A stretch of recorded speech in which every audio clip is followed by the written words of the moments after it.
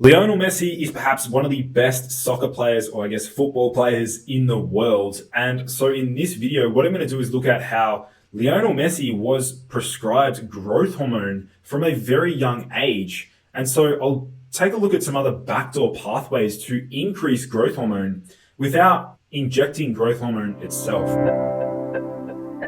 So for those of you who are brand new to my channel, my name is Lucas, the founder of Boost Your Biology. And in this video, what I'm going to do is explore some other ways in which we can stimulate the production of growth hormone in the human body. Lionel Messi was just 11 years old and awaiting a diagnosis after over a year of tests, since he was only 4 foot 4 inches tall and had not grown any taller since the age of 9. Now, his doctor Diego Schwartzstein diagnosed him with a growth hormone deficiency, predicting he would grow to a maximum height of about 4 foot 7 inches tall without any intervention.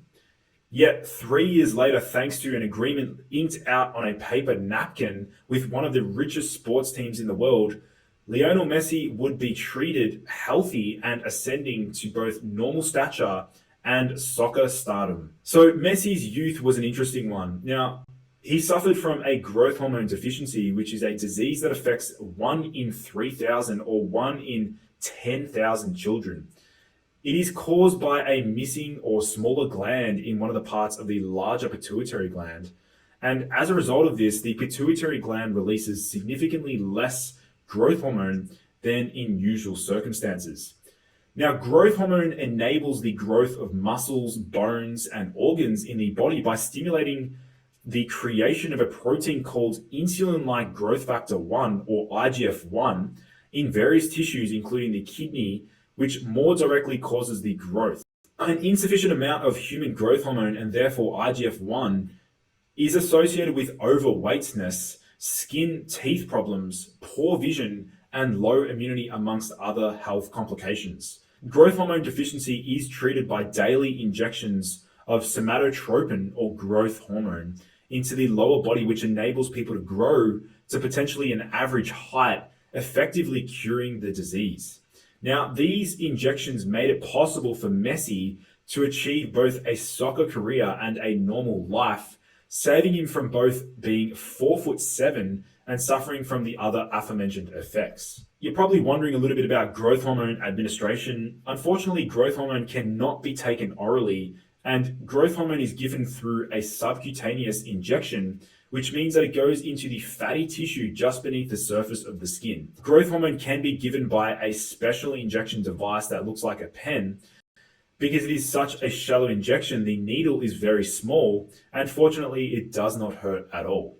Now, growth hormone is oftentimes very expensive for pharmaceutical grade, and oftentimes, will require a prescription to utilize this particular medication. So how can we boost growth hormone without injecting growth hormone itself? So in this video, what I'm going to break down different interventions that have been shown to stimulate the production of growth hormone without actually requiring growth hormone itself.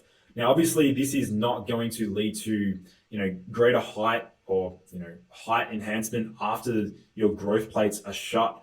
What I'm trying to do here is outline some other strategies that may be able to assist with muscle recovery, sleep quality, and overall performance. So intervention number 1 is MK677, or ibutamoren, which is not a SARM. We'll dive deeper into MK677 shortly. Intervention number 2 is sauna usage. Many of you are probably familiar with the benefits of sauna usage. We know that sauna usage can increase growth hormone. Intervention number 3 is arginine plus ornithine combination. So 2 amino acids combined can increase growth hormone. Intervention number 4, we have oolong tea. Now, oolong tea is ubiquitous in China and some other Asian countries. And so oolong tea does have some pretty exciting research to suggest that it may increase growth hormone levels. Intervention number 5, we have GABA powder. Now, GABA is the brain's primary inhibitory neurotransmitter, reduces anxiety. So we'll dive deeper into these different interventions shortly.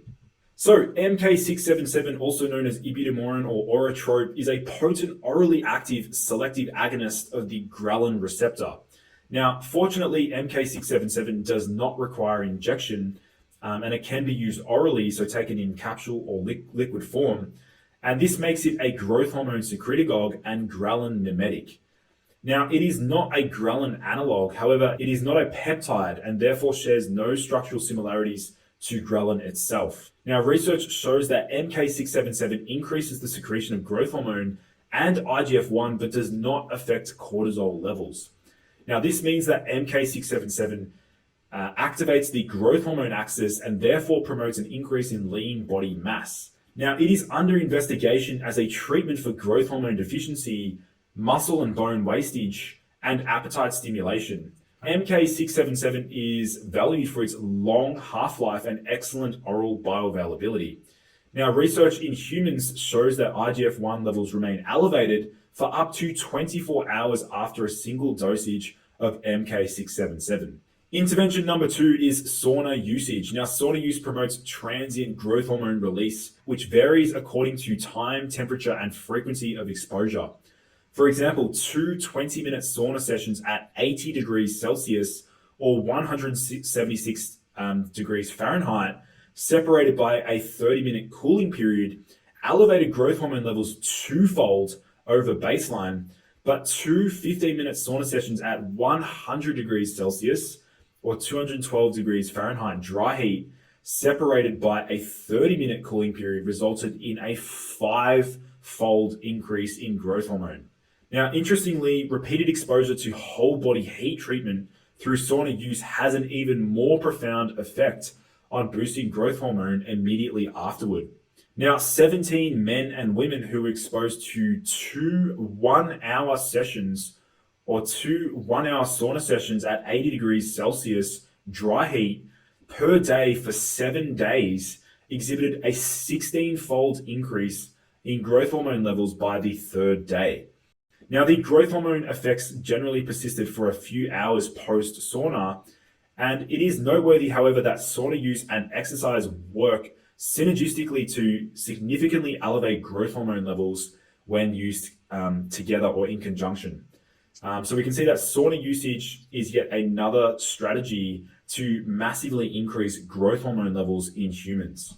Now, the next intervention here is quite interesting. We're looking at arginine and ornithine. So this study here was titled Arginine and Ornithine Supplementation Increases Growth Hormone and IGF-1 Serum Levels After Heavy Resistance Exercise in Strength-Trained Athletes.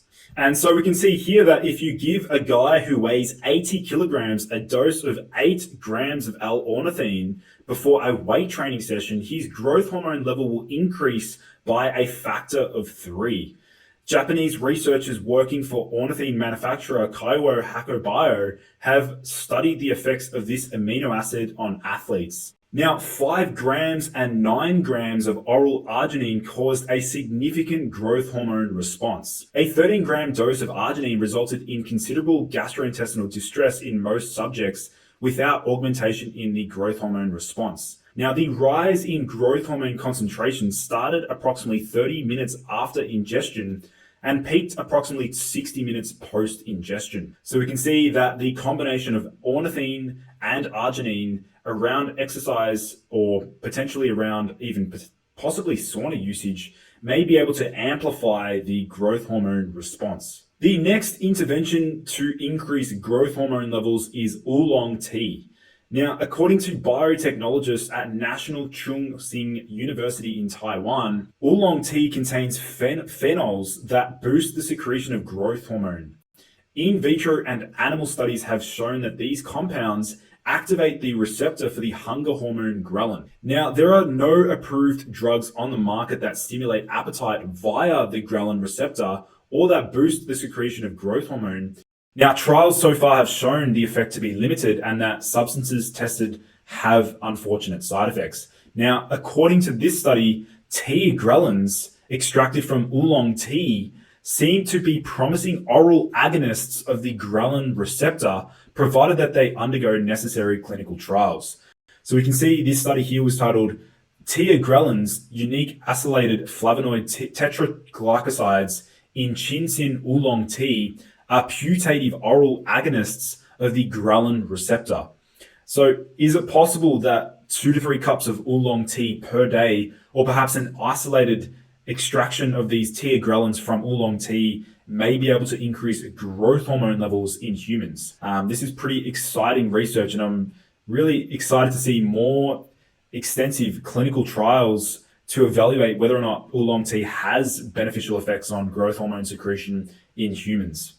And intervention number 5 is GABA powder. So we can see this study here was titled Growth Hormone Isoform Responses to GABA Ingestion at Rest and After Exercise.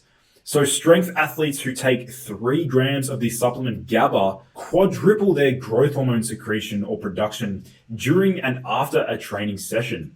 Now, sports scientists at the Shenandoah University discovered this when they did an experiment with 11 men, which average age was 23, all of whom were regular weightlifters. GABA powder is a supplement that's often used to improve sleep quality. Personally, when I've used GABA, I've noticed massive increases in my deep sleep scores according to my Oura Ring. So this actually doesn't surprise me that GABA is also now being shown to increase growth hormone production in humans. So if you enjoyed this particular video, you'd like to learn about all the various ways to incorporate these biohacks into your lifestyle, do consider joining my Limitless Men's Energy program. That goes through a range of different protocols. And if you want a personalized protocol, you'll be able to work with me directly, in which I'll be able to structure out and develop a sophisticated and advanced protocol so that it basically takes the guesswork out, and you leave it up to me to put together your protocols. Do consider joining the Limitless program linked down below in the video description. Otherwise, guys, thank you for tuning in. I look forward to seeing you in the next video.